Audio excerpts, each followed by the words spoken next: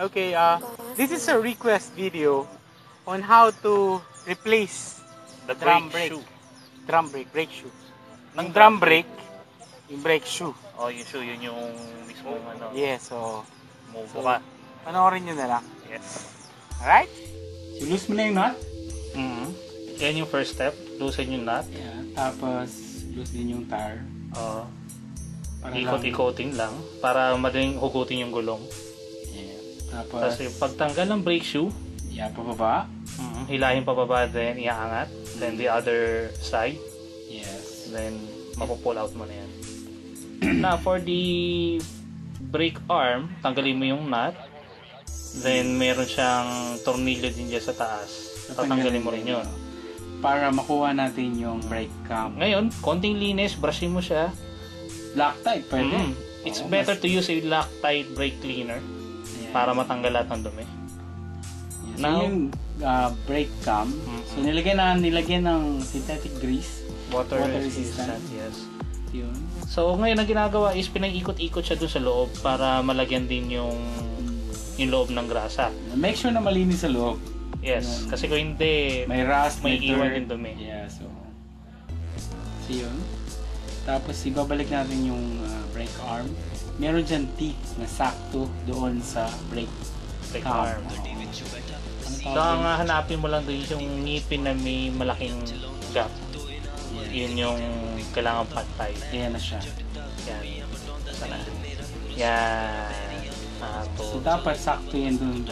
Pantay yan doon sa magkabila. So, ipapress na yung brake arm, tsaka yung brake cam. Pantay yung gatla.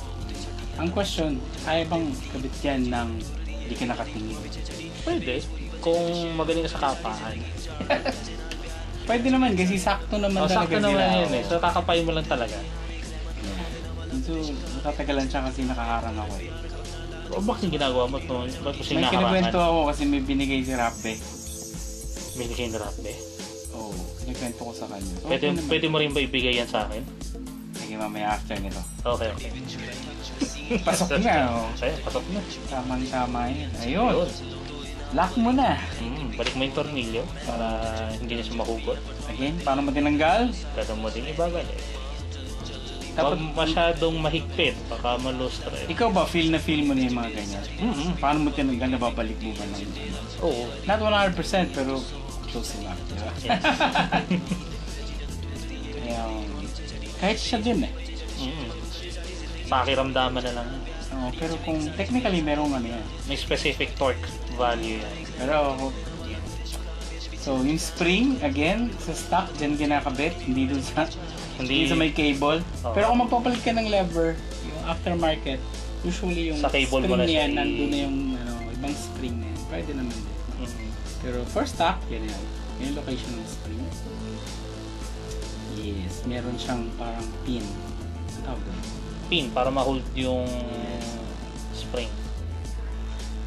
So, bigyan natin yung shoe. Yan, Yan, again. ito na yung bago. Then, Yan. yung baba, pwedeng gawin sa taas, ano?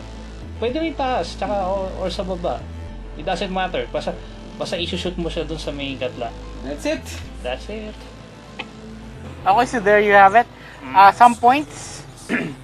Make sure to clean yung acid. Oh, using the Loctite brake cleaner. Or anything na nila, no? Oo. Tapos yung synthetic grease. Make sure na lagyan ng synthetic grease yung pinagkakabitan ng lever. Yan yung kasi yung nagtutulak doon sa drum shoe, yung brake shoe para bumuka. Alam mo kasi pag hindi nalinis yun, may Naglalak. tendency na pag preno mo, di babalik yung Hindi bumabalik. lever. Kasi So, madali kailangan, siya. kasi marumi. So, kaya linisin, tapos lagyan ng grasa. By the way, nandito nga pala tayo sa Malacanang of the North. Here in Ilocos. Wow. Ilocos Norte, sorry. Sure. So, Norte. alis muna kami. Papasyal muna kami. Binayaran mo na ba yung entrance ko? Baka ako pa magbabayad. Kiki aynı senin ben ya